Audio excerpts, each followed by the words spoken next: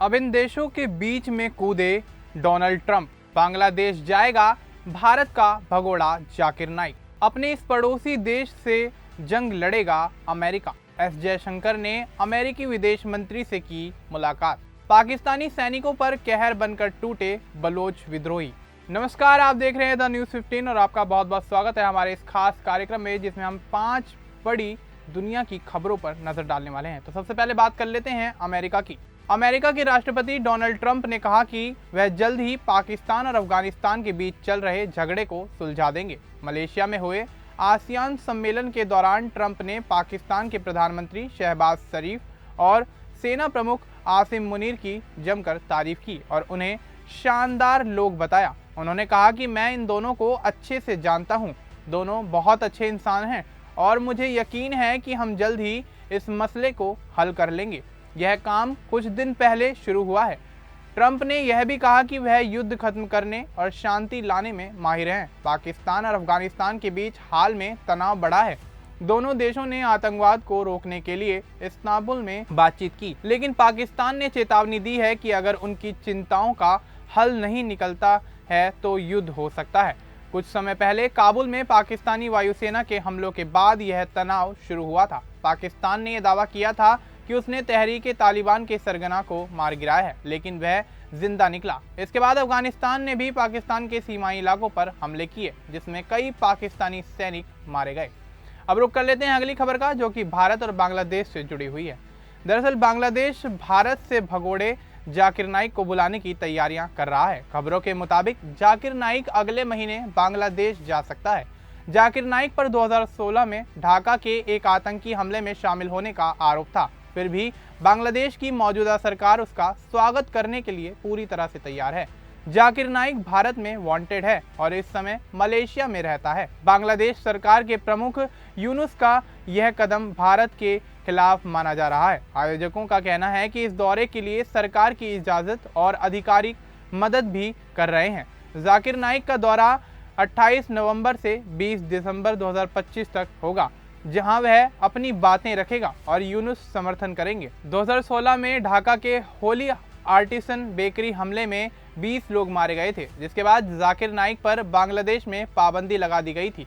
जांच में पता चला था कि हमलावरों में से 2 जाकिर नाइक के बड़े समर्थक थे। जाकिर नाइक इस साल फरवरी में पाकिस्तान भी जा चुका है। इसके बाद अब रुक कर लेते हैं अगली खबर का, जो कि अमेरिका और उसके पड़ोसी देश को लेकर है। दरअसल अमेरिका ने अपने पड़ोसी देश वेनेजुएला और उसके राष्ट्रपति निकोलस मादुरो पर दबाव बढ़ाने के लिए एक युद्धपोत त्रिनिदाद और टोबैगो भेजा है। यह युद्धपोत यूएसएस ग्रेवली है। इससे पहले अमेरिका ने एक विमान वाहक पोत यूएसएस गेराल्ड और फोर्ड भी वेनेजुएला की तरफ भेजा था। मादुरो ने इस कदम की आलोचना करते हुए कहा कि अमेरिका उनके देश के खिलाफ युद्ध करना चाहता है। अमेरिकी राष्ट्रपति डोनाल्ड ट्रंप ने मादुरो पर बिना सबूत के एक अपराधी गिरोह त्रिनिदाद अरागुआ का नेता होने का आरोप लगाया था। त्रिनिदाद और टोबैगो के अधिकारियों और अमेरिका ने कहा कि यह युद्धपोत गुरुवार तक वहां रहेगा ताकि दोनों देश सैन्य अभ्यास कर सकें। त्रिनिदाद के एक सैन्य अधिकारी ने बताया कि यह फैसला हाल ही में लिया गया है।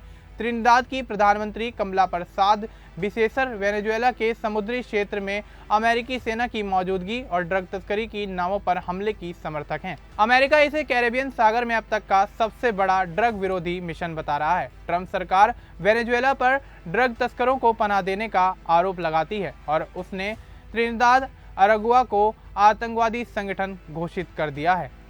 अब ऐसे में रुक कर लेते हैं इसके बाद अगली खबर का, जो कि विदेश मंत्री एस जयशंकर से जुड़ी हुई है। भारत के विदेश मंत्री एस जयशंकर ने सोमवार को कुआलालंपुर में अमेरिकी विदेश मंत्री मार्को रूबियो से मुलाकात की। दोनों ने भारत अमेरिका के रिश्ते, क्षेत्रीय विकास और वैश्विक समस्याओं पर बातचीत की। जयशंकर ने सोशल मीडिया प्लेटफॉर्म एक्स पर लिखा कि उन्हें रूबियो से मिलकर खुशी हुई और बातचीत काफी ज्यादा उपयोगी रही। यह मुलाकात ऐसे समय में हुई जब भारत और अमेरिका के बीच व्यापक समझौते पर चर्चा जारी है, जो दोनों देशों के लिए महत्वपूर्ण है। पिछले हफ्ते केंद्रीय मंत्री पीयूष गोयल ने कहा कि भारत कोई भी व्यापार समझौता जल्दबाजी में नहीं करेगा। वे ऐसी शर्तें नहीं मानेंगे जो भारत के व्यापार को सीमित करें। एस जयशंकर ने कहा कि व्यापार समझौते सिर्फ शुल्क या बाजार तक पहुंच के बारे में नहीं, बल्कि विश्वास, लंबे समय के रिश्ते और मजबूत व्यापारिक ढांचे पर आधारित हैं। भारत यह सुनिश्चित करना चाहता है कि अमेरिका के साथ कोई भी समझौता उसके भविष्य के आर्थिक लक्ष्यों को पूरा करे। पीयूष गोयल ने कहा कि भारत सावधानी और संतुलन के साथ आगे बढ़ेगा और यह सिर्फ अल्पकालिक फायदे या अमेरिका को स्टील बेचने की बात नहीं है। इसके बाद अगली और आखिरी खबर की तरफ रुख कर लेते हैं, जो कि पाकिस्तान और बलूचिस्तान से जुड़ी हुई है। पाकिस्तान के बलूचिस्तान प्रांत में फिर से हिंसा हुई है। बलूच विद्रोहियों ने दावा किया है कि उन्होंने कलात और केच जिलों में पाकिस्तानी सेना पर हमले किए हैं। इन हमलों में 3 सैनिक मारे गए हैं और कई घायल हो गए हैं। पहला हमला कलात जिले के ग्रेप इलाके में हुआ। वहां सैनिक अपने ठिकानों पर सामान और राशन ले जा रहे थे, तभी उनके काफिले पर बम धमाका हुआ। यह धमाका इतना तेज था कि 2 सैनिकों की मौके पर ही मौत हो गई, एक गंभीर रूप से घायल हो गया। दूसरा हमला केच जिले के गोरकोप में हुआ। वहां सेना की एक टुकड़ी सड़क की जांच कर रही थी। इस हमले में 1 सैनिक मारा गया और 1 घायल है। बलूचिस्तान लिबरेशन आर्मी के प्रवक्ता जियंत बलोच ने कहा कि ये हमले उनकी ओर से किए गए। उनका कहना है कि यह कार्रवाई पाकिस्तान सरकार की नीतियों के खिलाफ है। बलूचिस्तान में लंबे समय से अशांति है। स्थानीय लोग कहते हैं कि सरकार उनके इलाके के संसाधनों का गलत इस्तेमाल कर रही है। हाल ही में वहां कई बड़े हमले हुए हैं, जिनमें सैनिकों और आम लोगों की जान गई है। इस बुलेटिन में फिलहाल इतना ही। बाकी देश और दुनिया से जुड़ी तमाम जानकारी के लिए आप बने रहें द न्यूज़ 15 के साथ।